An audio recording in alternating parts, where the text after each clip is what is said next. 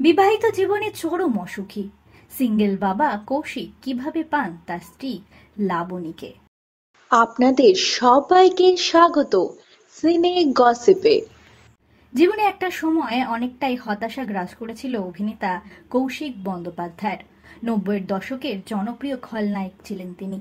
হারাধন বন্দ্যোপাধ্যায়ের ছেলে। ব্যক্তিগত জীবনে ভয়ানক অসুখী ছিলেন তিনি। সুখ ছিল না তার দাম্পত্যে।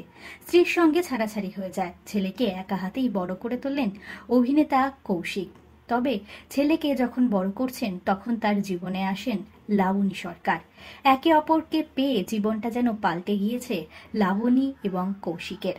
একদিকে কৌশিকের বিবাহ বিচ্ছিন্ন জীবন, অন্যদিকে ব্যক্তিগত জীবনের সমস্যায় জর্জরিত অভিনেত্রী লাবণী। ভগ্ন হৃদয় মানুষের দেখা হয় শান্তির চিতা জ্বলছে যাত্রাপালার সময়। কৌশিক আবিষ্কার করেন ঠিক তারই মতো লাবণীও তার ব্যক্তিগত জীবনে অসুখী। দুই ভগ্নহৃদয় মানুষের মধ্যে বন্ধুত্ব গাঢ় হয়।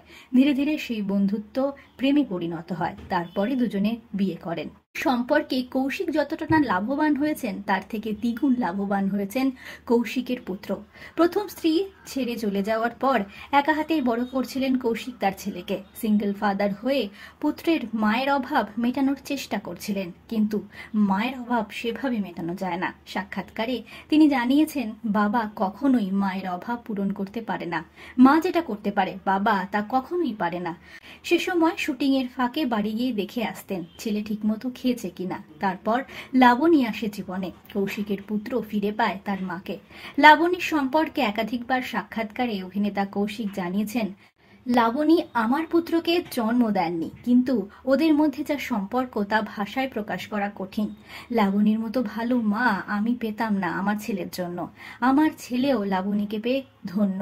এই পুত্রের জন্য কোনোদিনও সন্তানের জন্ম দিল না লাবণী। কথায় আছে সৎ মায়েরা আপন হতে পারে না, কিন্তু লাবণীর বেলায় সেটা হয় না। তিনি সমস্ত চিরাচরিত প্রবাদকে মিথ্যে করে দিয়েছেন। বিনোদন জগতের আরো অনেক খবর নিয়ে আসছি, জুড়ে থাকুন আমাদের সঙ্গে।